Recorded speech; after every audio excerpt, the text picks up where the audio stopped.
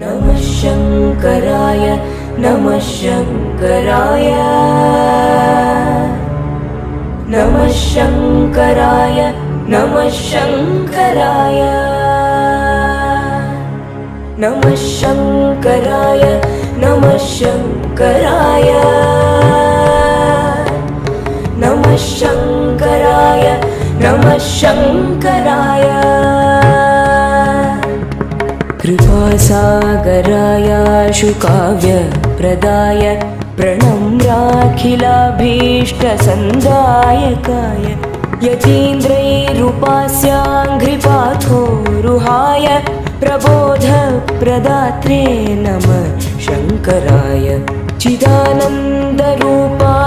चिन्मुद्रकोद्यत्करायेश पर्याय रूपाय तुभ्यं मुदा गीयमानाय वेदोत्तमाङ्गै श्रुतानन्ददात्रे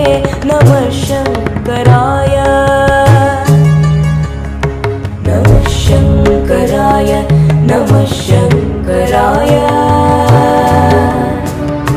नमः शङ्कराय नमः शङ्कराय जटाजूटमध्ये पुराय सुराणां धुनीसाध्यकर्मन्दिरूपस्य शम्भो गले मल्लिकामालिकाव्याजतस्ते विभातीति मन्ये गुरो किं तथैव नखेन्दुप्रभाधूतनम्रालिहार्दान्धकार व्रजायाब्जमन्दस्मिताय महामोहपाथोनिधे पाडवाय प्रशान्ताय कुर्मो नमः शङ्कराय नमः शङ्कराय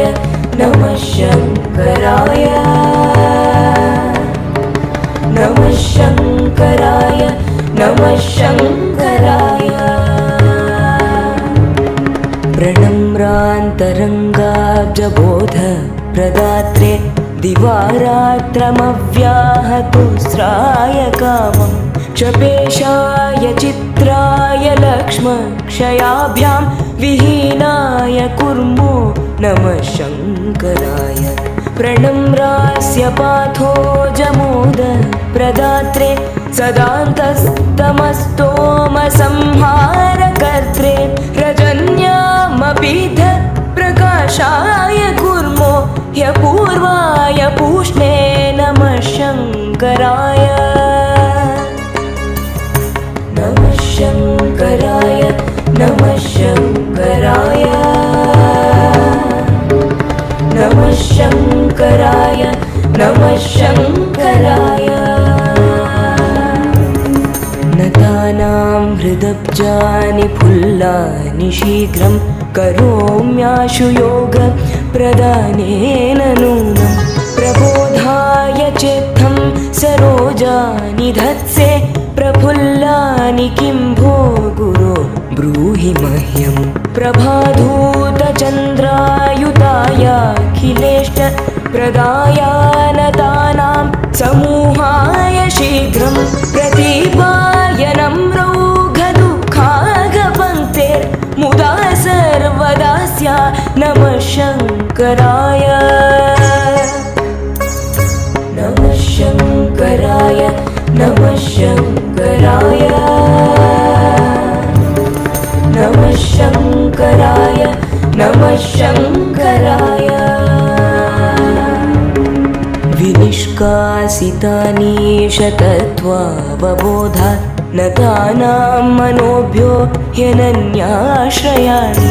रजांसि प्रपन्नानि पादाम्बुजातं गुरोरक्तवस्त्रापदेशाद् बिभर्षि मतेर्वेदशीर्षाध्वसम्प्रापकाय नतानां जनानां कृपाद्यैर्कटाक्षैः ततेष्पापवृन्दस्य शीघ्रं निहन्त्रे स्मितास्याय कुर्मो नमः शङ्कराय नमः शङ्कराय